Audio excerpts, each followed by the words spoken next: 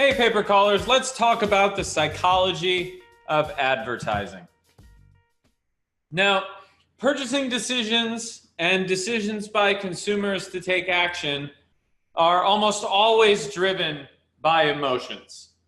And so people don't typically pick up the phone and make a phone call or buy something or change their behavior unless they actually feel a reason to do it. Now, some people are very logical and they make logical decisions, but their purchasing decisions are also driven by emotions. So as marketers, it's our goal to trigger an emotion in somebody to get them to take action.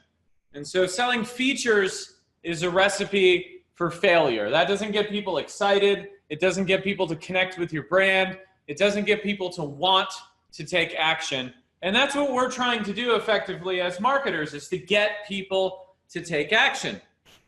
Now, on a one-on-one basis, you're going to be able to poke holes in almost all of the theories that I'm going to talk about in this lesson. So I just want to preface that marketing in general does not work on a one-on-one basis. Our goal here is not to convert each person individually based on their specific personality. Our goal is to create advertising campaigns that cause people to feel based on emotions and experiences that they've previously felt. And what we want to do is tailor our advertising so that it applies to people in our audience in the most general way possible. So as humans, we have lots of experiences, positive and negative, and we all share experiences in that way. For instance, we all basically feel the same way about going to the DMV. It's not fun. It's not a pleasant experience. And so if anyone wants to reference the emotions and disappointment and disgust we feel towards the DMV, all they have to do is trigger a memory of the DMV in our minds, and then we feel those emotions. And so as marketers, we're effectively miners of memories. And what we're trying to do is bring previously felt feelings to the forefront of our audience's consciousness so that they feel those things again. And so people are bombarded with all sorts of imagery and all sorts of music and all sorts of video and text and everything when they watch TV and movies and they're on the internet or they're Instagramming or whatever they're doing. They're creating memories and feelings, and it's our job as marketers to tap into those and get them to feel when we want them to make a purchase or pick up the phone and call. And so I've broken down the process of how to do this in the most palatable way I could for people that are newer to marketing.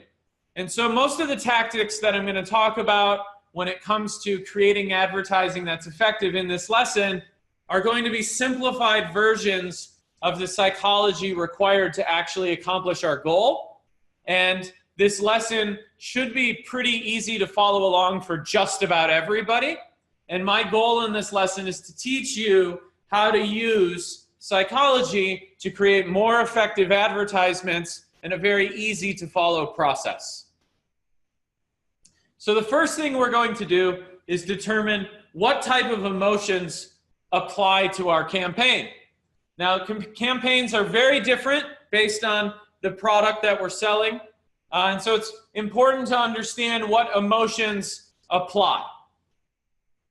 Now, as a general rule of thumb, negative emotions are 10 times more powerful than positive ones. And the reason for that is we're all just animals that are concerned about dying, breeding, and eating. And that's it. I mean, basically, we've evolved so that we can do things logically and create amazing technology and be the humans we are today. But at the core of all of us, we still have the same feelings that our ancestors had when they were running around naked in a field trying to get away from lions who wanted to eat them. And so the negative emotions that are implanted in us are very powerful, and they're there to protect us. They're the most powerful defense mechanisms that we have as humans. And so anytime you can do a campaign in a way that taps into a negative emotion, you're going to have a significantly higher likelihood of getting someone to take action. And we'll talk about specific examples of that later in the course. But the first thing that we need to do is we need to understand the copy and the imagery that we're going to create to try and get people to do what we want them to do. And so we're going to create a list of words that theoretically could trigger emotions in people based on common mutual experience that all humans have. And then we're going to write our ad copy in a story format whenever we can using these words, because humans always respond better to stories. They want to connect with other people in a genuine way. And so the easiest way to do that is to talk in story format anytime you can. It's not always possible in advertising because we have a lot of limitations based on ad copy length. If you're using Facebook or Google Ads, for instance, you can only use so many words in your ad copy, or only so many words will be shown. So we have to create our advertising in the construct of the rules that we're given. But as a general rule of thumb, anytime that we can talk in a story format, it's going to be more positive. The outcome is for us anyways. And so we're going to want to mold our copy around whatever advertising requirements that are given to us. But in this lesson, I'm not going to dive into any specific advertising platforms. We're just going to talk about how to craft your copy and advertisements to get the most powerful result from your audience, regardless of advertising platform. And then it's just going to be up to you to either lengthen or shrink your text so it fits whatever requirements that you have in your ad platforms. So a psychologist named Plutchik came up with the wheel of emotion. And essentially what he posits is that there's base emotions and that we feel different levels of that base emotion and combine emotions together similar to combining colors to get other emotions. So for instance, at the root of annoyance, we have rage. And at the root of acceptance, we have admiration. Okay? At the root of serenity and joy, we have ecstasy. And as you can see at the center, we have a very powerful combination of emotions. And for the most part, there's some negative emotions woven in there. And like I said before, anytime we can cause someone to feel a negative emotion, we're significantly more likely to get them to take an action or respond to our advertising in some type of way. Now, Plutchik's wheel is too simplistic for actually writing ad copy. So we went out and we put together something that is far more robust, okay? And it doesn't exactly match Plutchik's wheel, but in this wheel, there are over 100 different emotions that people feel, and then root emotions that sort of tie it all together. And so we're going to actually use this wheel whenever we craft advertisements, and you don't actually have to understand the psychology of advertising to properly write ad copy and create advertisements that work if you have resources and a process like we're going to cover now. And so every single emotion that a human feels has a cause and effect, okay? And so the first thing that happens as a human is we get some type of stimulus, all right? That's the stimulus event. And then our subconscious, the part of our brain that's driving that we don't really control, does an appraisal of that stimulus event. It decides, hey, whoa, what was that? And what are we going to do about it? How do we need to feel to deal with that? Okay? And so then our subconscious fires off a subjective reaction. It decides, is this good? Is this bad? Is it fear? Is it surprise? Should we be sad? How are we supposed to feel? And this is a rote process. We don't really have control over it. We can control our emotions, but that's mostly controlling how we react to them, not the raw emotion. Our subconscious takes over and just fires these things off at us, and then we're just left to navigate and figure out what they are, right? And so after we have our subjective reaction, after we actually feel the emotion, then we modify our behavior. And so what humans do is they feel the emotion, it bubbles up, we're like, oh my God. And then we decide to change our behavior based on that emotion. And then our subconscious has achieved its goal of usually a function, right? We call it a function. It's a defense mechanism, a different outcome, right? And so let's say that we're shopping, right? We're shopping and we see something and we're just like lights up gold. We're like, oh, I have to have that, okay? And so the cognitive appraisal that happens is we need to possess it, and then our body feels joy once we start considering purchasing it, right? And we're like, oh my God, this is gonna make me feel amazing. This is gonna make me look great, whatever it is. The emotion starts flowing, and that's when they gotcha, okay? And so the behavioral reaction is our prefrontal cortex. It decides, are we gonna rein that emotion in, or are we gonna repeat it and let ourselves just splash around in the joy or whatever it is? And the function of that joy is like, okay, yeah, I'm justifying to myself I need to make that purchase. I'm going to gain a resource, or I'm going to possess an object, okay? And that's the actual process that we go through when we're out shopping at the mall or browsing the internet, and we see something and we're like, I got to have it, and then we buy it, okay? And so there is an emotion that bubbles up that makes us feel differently.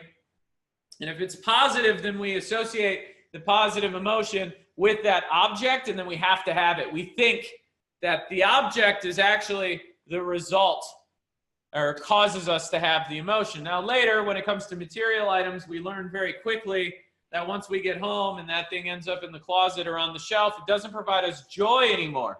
It's because the process caused the joy. The appraisal of that object caused the joy, not the actual object itself. And so once that process runs, it's rare that it happens again. And so that's why a lot of people just constantly have to shop, because they constantly want that feeling. They become addicted to it, okay? And that's a very normal human behavior in our materialistic society. You capitalize on it with your marketing to create that feeling of joy, and then someone's got to possess it, and then that's how you sell a product, okay? And now this applies to just about everything, not just possession, okay? Stimulus event, you see someone that's a member of your group, your tribe, or tribal people, your subconscious appraises that person as a friend, and so the emotion that bubbles up is trust. You're like, all right, I can trust that person, we're connected, and that's why you see people high-fiving and like, what's up, bro, whatever. That's a symbol of that trust, that tribal nature, okay? It's a stroking of the ego. And the behavioral reaction then is to like groom it. It's to groom the relationship, right? That's why you shake people's hands, or you say hi to people you know, or if they're your boy, you do the like awkward hug thing that introverts like me just can't seem to master, but it's cool, right? It's just trying makes it okay. And then the function of that is to say, you know, I'm in your tribe, you're in my tribe, we're friends now, woo, right? And so there are people like me that relate to me, and I'm not alone in this world, okay? And so depending on your product, you want to create that level of trust, right? And so this all depends on the type of product that you're selling, how this process goes. But all emotion can be broken down this way. And don't worry, this is not the process to write your advertising. This is just to help you understand how the mind works, so that this will make sense when we put it together. Now, far more powerful than the first two we talked about is a stimulus event of a threat, okay? Like the glass break, right? You get the fight or flight response. Your body tenses up, your shoulders turtle up, your muscles contract, right? You get the shot of adrenaline, and you perk up, okay? You're at like peak awareness, peak focus, right? And that's your threat drive, trying to protect you from lions, okay? And the cognitive appraisal your subconscious gets from that stimulus event that's a threat, like a broken glass or some banging around or a gunshot or something like that, right, is danger. Like, oh my God, we're in danger. And so your amygdala, your subconscious that's responsible for your emotions, fires off fear, right? And you're like, whew, okay? And then that fear, it just consumes your body. Now, really high-level people with a high level of emotional intelligence are less susceptible to this, but they're still susceptible because fear is incredibly powerful, especially when you layer on things like family members and fear of, like something with their children going wrong, right? And so the behavioral reaction that comes from that perking up is like escape. How do I get away from the lion? The lion's going to eat me. I need to run. Do I run? Do I stay? Do I get my gun? Do I fight? Right? All these things are going around in people's heads when they get fear, okay? And fear is like the most powerful one, okay? And the function of the fear is to terrify you into finding safety, to get back to your comfort zone, to get back to like not having lions around you, like sitting on the couch, just Netflixing, right? In the comfort of your own home, so you're safe, okay? And so that is a very powerful motivator of humans, and you need to understand it if you're going to be in ads, because the purpose of advertising is to get large groups of people to take a repeated action, and the only way to do that is to trigger an emotion that is common among them using words and imagery that resonates in large groups of people, okay? So I won't go through all of these. You can do it on your own. But, same with anger and disgust. These are really powerful emotions. Like stimulus event, unpalatable object. You eat something or you think or you visualize something that's bad for you. The appraisal is there's poison. We got to get it out of the system. You feel terrible. Like the behavioral reaction is to go throw up. Right? Eject the poison, get it out of our body. And that can be framed in many different ways. It doesn't have to be a physical poison that's actually inside your body. It could be the thought of a poison or the thought of being poisoned or the thought of catching a disease, so you need to take preventative care, right? This is what all the drug ads are about on TV. They're using this type of process to actually design their advertising. And so different emotions have different combinations of root emotions, similar to how blue and yellow makes green when you're mixing paint or you're drawing. The same thing happens for emotions. So most emotions that we describe, and we describe them so eloquently, it's just multiple streams of emotions that are converging in a different way. For instance, when we feel love, that's a combination of joy and trust. And so those two things come together and we love someone. We trust them with our future. They bring us joy when we see them. We're super happy, right? And so they're combinations. For instance, guilt is joy and fear, right? When you feel guilty about something, you feel like you've negatively affected someone else. And so it's a combination of that fear, but also joy because you want to feel good about the situation. You feel like you've done something wrong. Which is really interesting when you think about it, because if you know what emotions combine together to get something you want, you can actually create it through very thoughtful communication. And that's verbal, nonverbal, written, or imagery, or videos, music, or a combination of all of the above. So whenever you're creating an advertisement, I think a lot of people, they think about, how do I sell this person? And they go for the benefits. Like, let me just lower your rates or something like that. And that can work. Greed is powerful. But in reality, the more emotional you can make someone, the more likely you are to get them to take action and to change, right? And so whenever you listen to a really powerful speech, a really charismatic person that's delivering something that resonates with you about something you believe in, okay, whether it be religious or political or social or whatever it is, past, present, or when you feel it in the future, right? Those people are creating emotions inside of you that make you feel. And when you feel, you never forget. Okay, and that's really the ultimate goal of what we're trying to do here is make people feel so they don't forget. And so if you think about something that's bad that's happened to you in the past many years ago, what you remember isn't necessarily all the details of the event. You know, most of the memories are gone or distorted or blurred.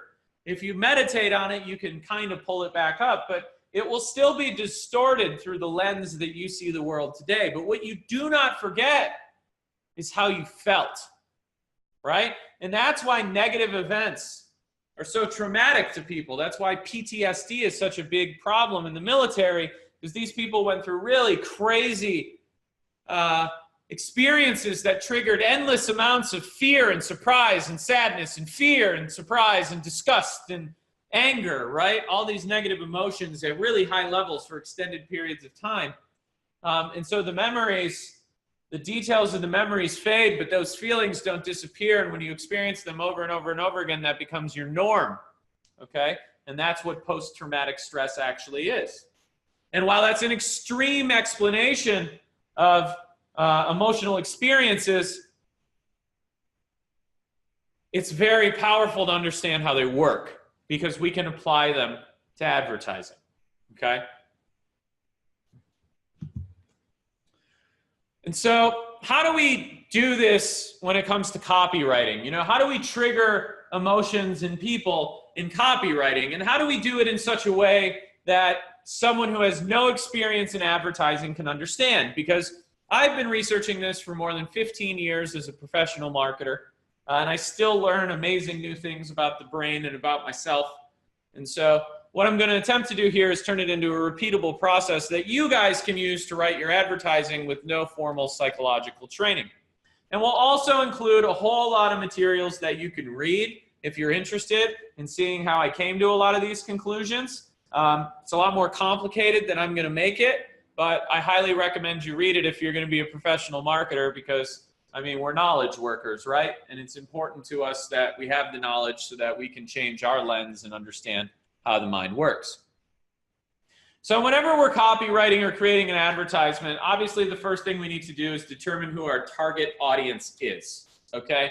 And so if you're talking about insurance or whatever, right, you need to go research on the internet who the decision makers are typically for your product, right? Are they young? Are they old? What ethnicity are they? What gender are they? Are they single? Do they have a family? You know, realistically, in large groups of people, there's going to be demographic groups of better potential for you, right? So yes, I understand that everyone can have car insurance that's 16 years of age or older.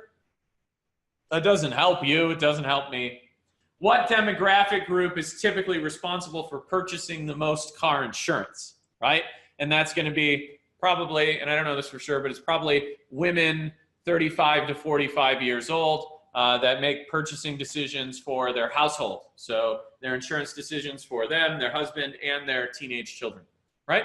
And so it's that simple. That's what we're doing. We're trying to figure out who our prospects are. Now, in some campaigns, like, you know, plumbing campaigns, like my sink is overflowing, that can be literally anyone, right?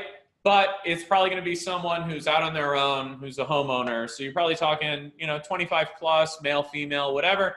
And if the value of the calls is higher, if they own their own home, you can skew to an older audience because the older someone gets, they have a higher propensity of owning their own home. And so you just have to test.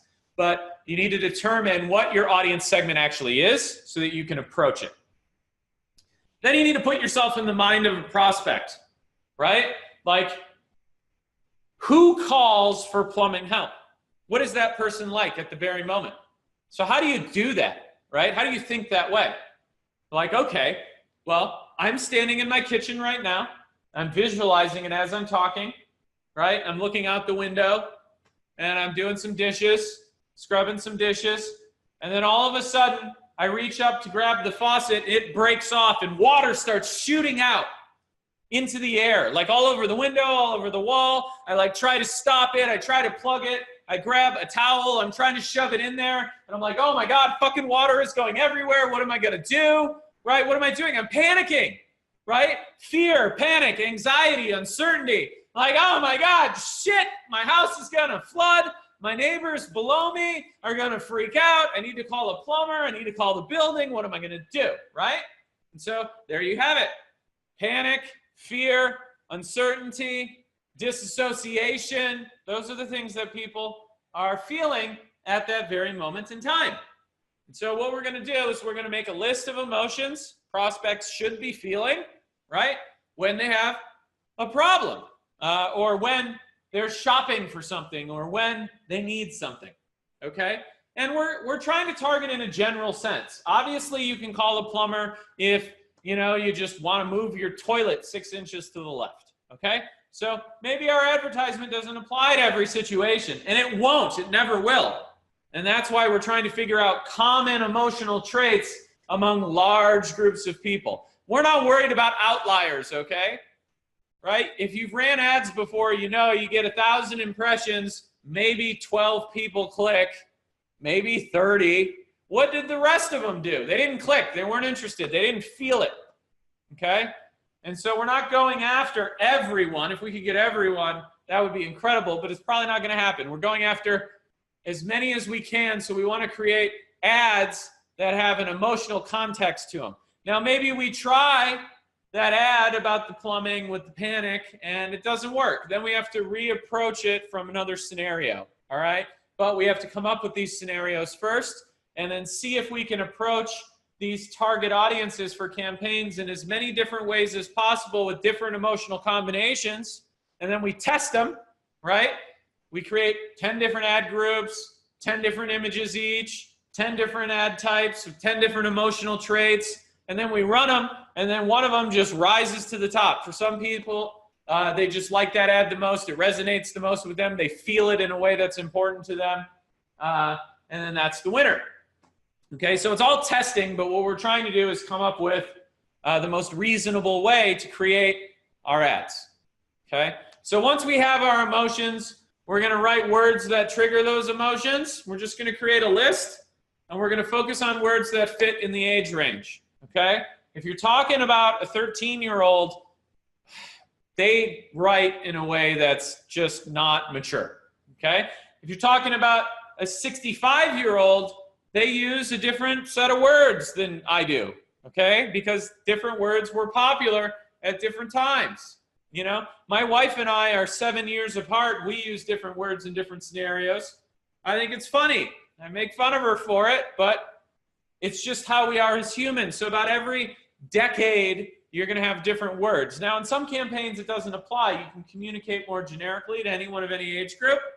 But if you're targeting a specific age group like 55 plus or 65 plus, you want to do a little research into words that were popular then, because what will happen is you can use them in your ads and you will differentiate yourself from all the other ads because an emotion will be triggered that no one else is able to trigger because there's some forgotten word that people don't use in today's vernacular. And when everyone writing ads is a marketing intern just out of college, okay, that sucks. They're not taking the time to do that research. They've never even thought about this. Like, oh, do people that are 65 today use different words? You mean that my grandma is not responding to savage in an ad, right? And so you have to understand the mindset and the vocabulary of the people that you're talking to, because you're not writing ads from your point of view. You're writing ads to their point of view, okay? And then you also want to think about words that fit the gender, all right? This may sound odd. If you're a woman, you definitely understand that different words affect you differently. As a man, I think we're less in tune to that, and so you need to get in tune to it, right? You need to understand the vocabulary of how women describe problems depending on what you're selling. And so if you're selling something medical, you need to understand how women communicate about their bodies. It's different than how men like to think about women. And so you have to put yourself in that mindset. If you need to, Google it. There's lots of information out there. Just do a little research or talk to some women, right? And so it works in both ways. If you're a woman listening to this and you want to market to men, you need to understand how men think. Thankfully for you, you probably understand how we think a lot better than I understand how women think, okay? It's just men are a little bit simpler, all right? And so if you get really good at this, there's not a lot of people who do a great job at marketing to women specifically, and so you can carve out a niche for yourself. And this also applies to ethnicities. Different ethnic groups use different vernacular and words in a way that other ones don't, and so you can reach these audiences differently using the right words, okay? And if you just Google some ads and pay-per-call, what you'll notice is there was almost zero creativity that was put into the vocabulary. You will notice that no one is really targeting any group of people the way they probably should, because this is incredibly high-level advertising thought process that most people are not engaging in. And it's not that hard to do. You just have to sit down and think about it. Most people aren't sitting down and thinking about it, right? This is why most people fail at affiliate marketing. I mean, effectively, if you give me any affiliate campaign and then go look at the copy that's out there, all you have to do is change the copy to take it from not profitable to profitable.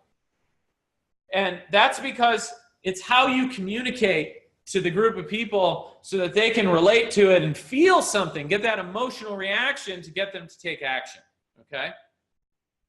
So once we understand our audience, we're going to write some phrases that use the words that we wrote down.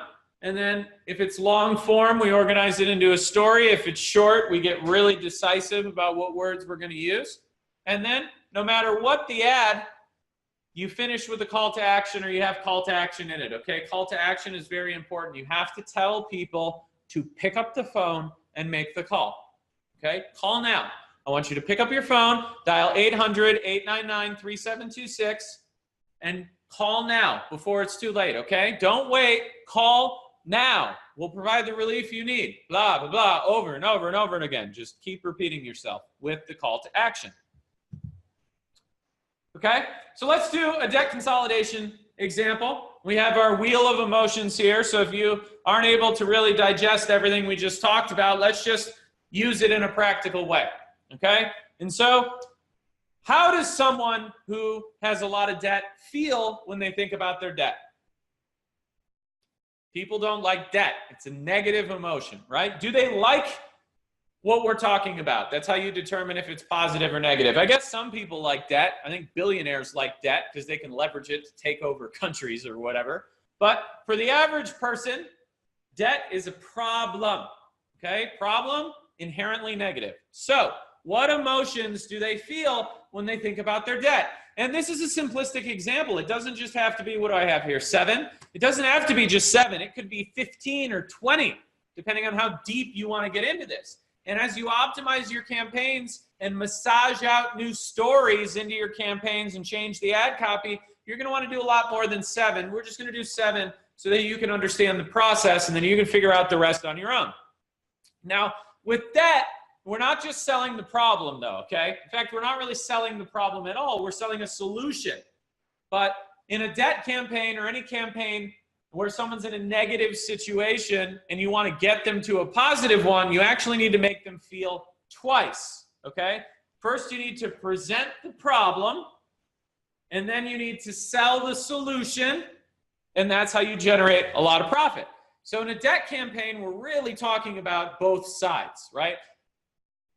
A lot of marketing around debt doesn't do this well, and then you don't see the marketing again. And so what they do is they just go into it like, do you need debt relief?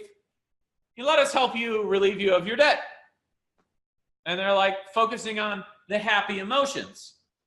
Well, if you don't get me into a state of panic and stress when talking about debt, I'm not going to be clamoring for that solution. And you should think about it this way. My visual example there, right? Like I'm just sitting there, I'm just Netflixing and chilling. Let me just eat some Doritos or whatever. And then an ad comes on and I'm like, oh, okay, cool ad. I'm watching it. Don't care. I'm really not feeling good about, oh man, what is with these people? Why are you reminding me of my student loan debt? This is just, come on guys. Oh, fuck, I got $70,000 I got to pay back. Oh my God, I'm never going to get out of this apartment. It's going to be, give me the solution, right? And so you actually have to make me feel it, okay? And so I mean it. I really mean it. All right. And that may be funny to watch me like act this out, but this is actually how you need to approach the problem. And if you're not approaching it this way, someone's kicking your ass at marketing, plain and simple. All right. And so we know we need to make the person that sees the ad feel stressed, anxious, helpless, nervous, exposed, vulnerable, and frightened. All right. And some of you may not really like the way I'm approaching this. All right. And so the only thing I have to say to you is you better fucking get over it or you're not going to win at marketing. Because if you're unwilling to provoke emotions in people that are potentially negative, you just got rid of 90% of what you can sell on the internet. All right? And so just get over it. This is how it's done. Just understand that you have to think this way to be successful at advertising. We're effectively talking about controlling large groups of people and getting them to do what we want. All right? And so you should approach it from that way as much as it may be uncomfortable, because if you really want your career to be this, you have to know how to execute this way. Otherwise, you're never going to get to the pinnacle of it. The best advertisers of all time all think this way. If you go back in history, the people like Edward Bernays, who invented public relations, he was Sigmund Freud's cousin and sent letters to Sigmund Freud and was like, hey, Freud, how do I get these people to do my bidding? And Freud was like, well, you could try some of these things. And then next thing you know, modern day advertising is built, and it's built using this process in one way, shape, or form. And so I highly recommend, if you haven't seen it, go watch The Century of Self. It's a documentary. It's 4 hours long, and it talks about Bernays and how all of this came about. But you will see very clearly that the most powerful advertising, the best campaigns that are ever done, they literally hire psychologists and put them in a room and have them run focus groups to try and elicit emotional responses in people before they go out and run huge marketing campaigns. And so you can't do that. You don't have $1 billion budget. So how do you do it? This is it. You got The Psychology of Ads and Ringba's paper called Masterclass. And so you need to follow this process if you're gonna write successful ad copy. All right, so once we have someone in that state of anxiety, they want relief. And so then we offer them relief, and that's how we get them to take action. We make them feel a problem that they're intimate with, and then immediately offer them the solution, and they're like, give me it, right? They jump for it, and that's what you want them to do. And so the solutions we want them to feel, or not to necessarily feel, but to know that if they act, pick up the phone and call us, they'll get it. Our freedom, courageousness, sense of hope, happiness, feeling powerful and in control, liberated. That's what we want to offer as the solution. Now, they don't get that solution unless they call us. And so the fear portion of them, once you get them to feel this way, is like, oh my God, if I don't call these people and I don't deal with it, I'm just going to feel this is going to be good. I'm not going to be able to finish like doing whatever I'm doing. And it's like that feeling's going to stay with them. And when it's negative, it will. And then they'll pick up the phone and call. And so that's what we're trying to accomplish here. Okay? And so all we have to do is take these negative words or negative emotions we want someone to feel and write words that trigger those emotions, right? And you have to put yourself into the mindset of the person that you're trying to influence, okay? And then you literally say these words out loud, pretending that you're in debt, and see if you could actually trigger an emotion in yourself. And so that's what I did. I sat down and I was like, all right, how do I make myself feel stressed? Ooh, collectors, right? Interest, oh, I hate interest, okay? Interest is shackles, right? And so interest is just, ugh, right? Payments and due dates, late fees, oh my God, right? Like I'm never late to anything. Just the word late scares the crap out of me. Penalties, right? Like I allow myself, even though I'm very in control of my emotions, to feel this stuff when I write the words. And I'm like, okay, this will trigger emotions in people that have a lot of debt. That's it. And I don't.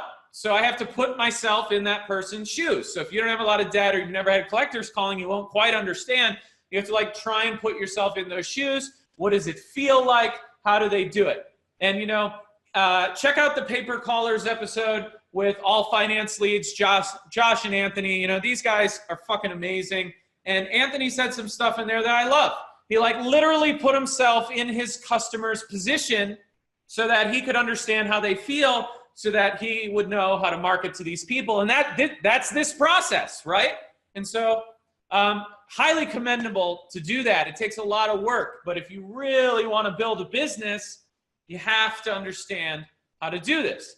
And so I did this with everyone, and you can keep going, right? So anxious, right? Debt makes me anxious in general. Owing someone else makes me anxious. Past due makes me anxious. Late, again. Ringing, like what if your phone just kept ringing and it was collectors over and over again? You would literally Pavlovian train yourself, so every time the phone rang, you'd be like anxious and nervous, right? And so when you have a lot of debt and collectors calling, you're like, phone rings, you're like, yeah, cringe, right? And so ringing, the phone ringing. And what words associate with helpless? Being alone, being broke, you have no power, right? Prison, okay, jail, drowning. Those are all helpless situations. And it doesn't mean we're going to tell people that if they don't call us, they're going to go to jail, right? This is an exercise. This is like a word exercise so that we can come up with some root words. We're not going to use them all right? Nervous.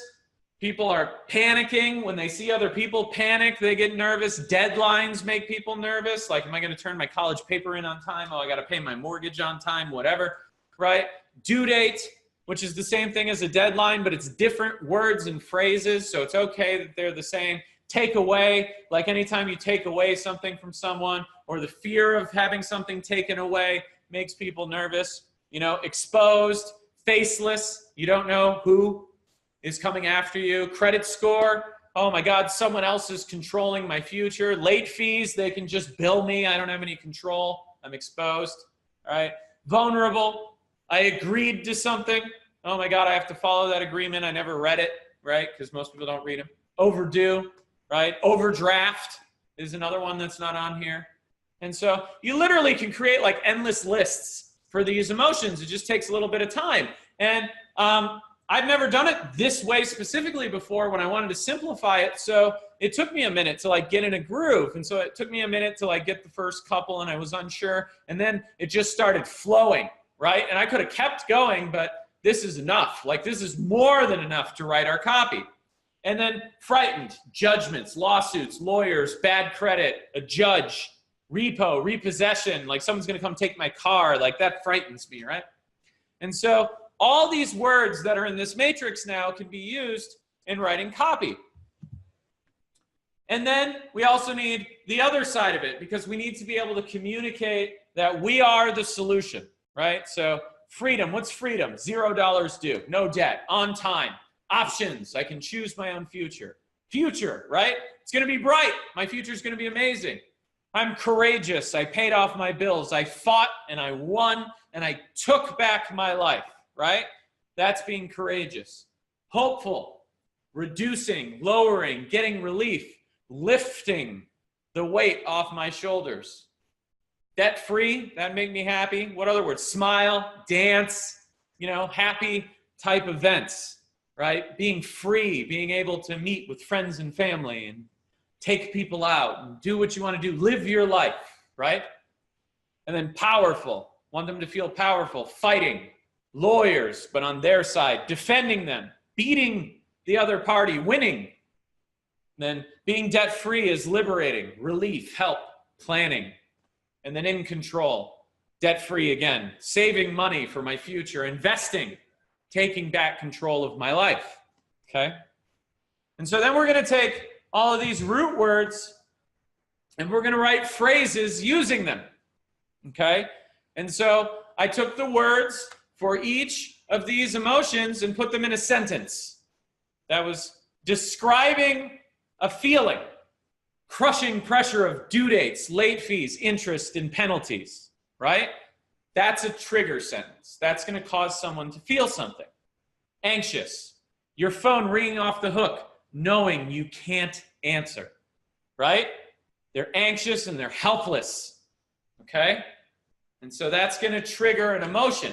Your phone ringing off the hook, knowing you can't answer. Anyone that's in debt and overdue is getting called by collectors and their phone rings and it's anonymous or they can't answer it because they're around friends and family, so they can't take the call. They end the call, they put it back in their pocket, and they're all anxious, right?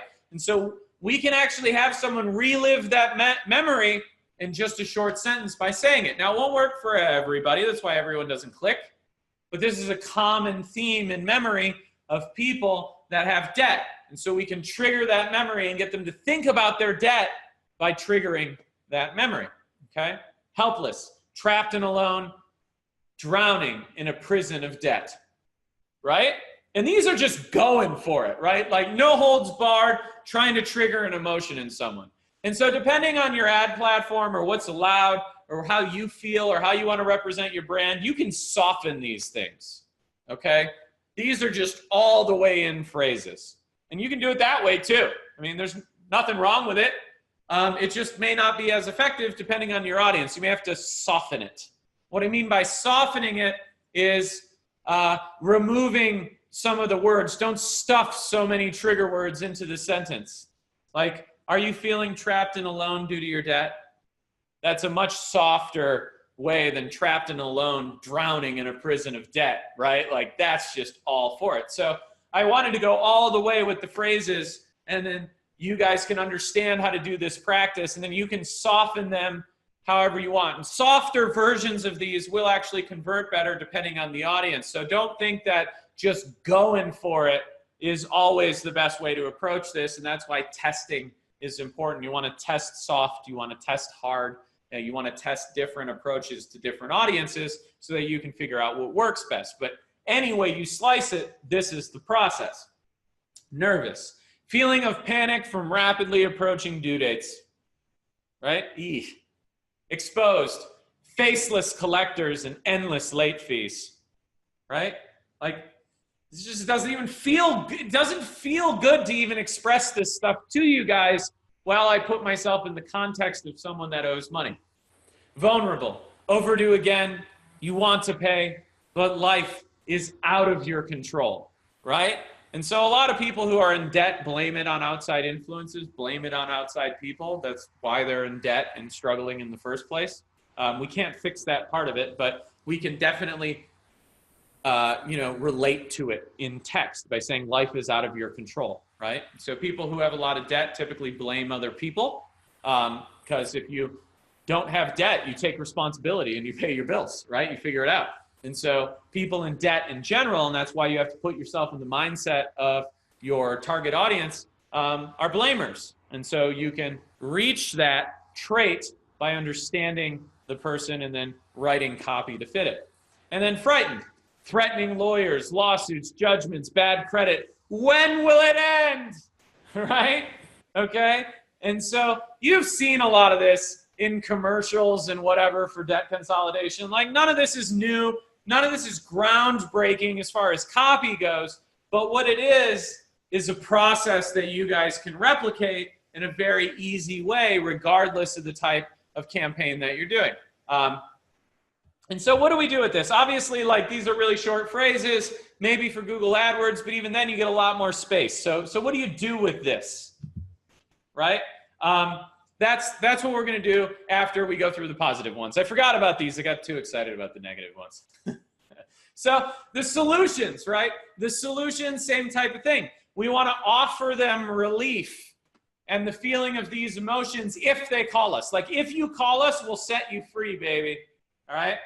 So your future is bright and you have options. Fight, win, and take back your life by finally paying off everything. And so when you say this, they realize that they're going to have to pay it off. They're going to have to deal with it if they want that feeling of courage. Okay? The negative emotions don't disappear when we talk about the positive ones because they're 10 times more powerful. Hopeful, reduce interest, lower your debt, and lift yourself up. Happy, smile and dance, living your new debt-free life. Powerful. Our expert lawyers will fight on your behalf. Liberated.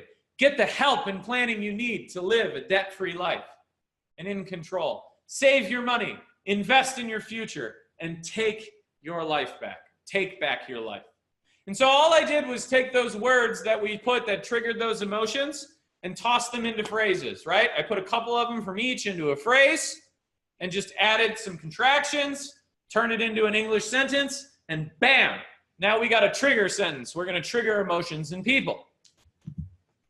So then what we do is we combine these, because in debt specifically, in a lot of campaigns, first we're going to offer the problem, then we want to offer the solution. Okay? And so I'm going to take two of my phrases from each and just put them in sentence form with a call to action. All right? Now, these are short form, and so you got to do it real short. You don't have a lot of space. It's totally easy. Is crushing pressure of due dates, late fees, interest, and penalties ruining your life? Your future is bright, and you have options. Call 800-123-4567 now for a free consultation. That right there, ladies and gentlemen, is great copy that works with a process to make it. Okay? Next one. Your phone is ringing off the hook, but you hide the screen, knowing you can't pay. It's time to fight, win, and take your life back by finally paying off everything. Call 800-123-4567 now for a free consultation. Okay?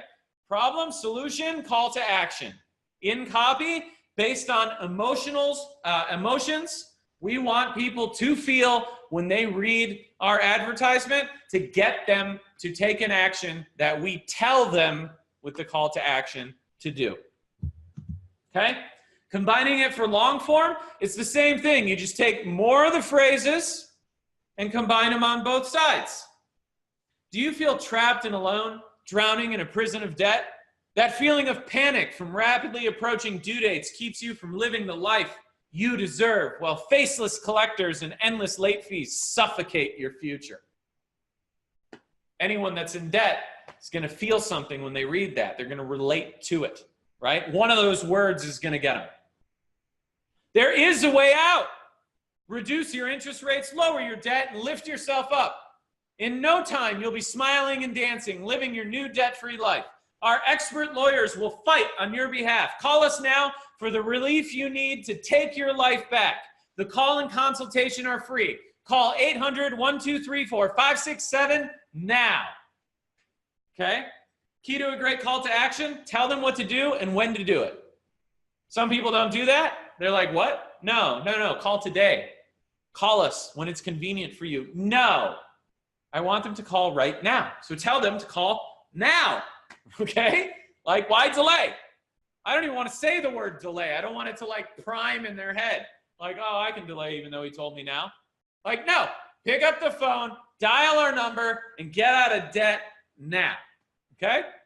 And so that, my friends, is the entire process of weaving emotions into copy for successful advertising. And it applies to every single ad platform that's out there. Okay? And the process works exactly the same way for images.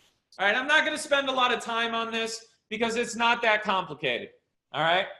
This is an ad on the left for a home security camera. All right? This is one of the worst ads I've ever seen for a home security camera. I'm not going to say the brand name, but they should fire their marketing team. All right? Because when I look at this ad, I see a camera staring at me, and I'm like, why is a camera staring at me? What exactly is going on here?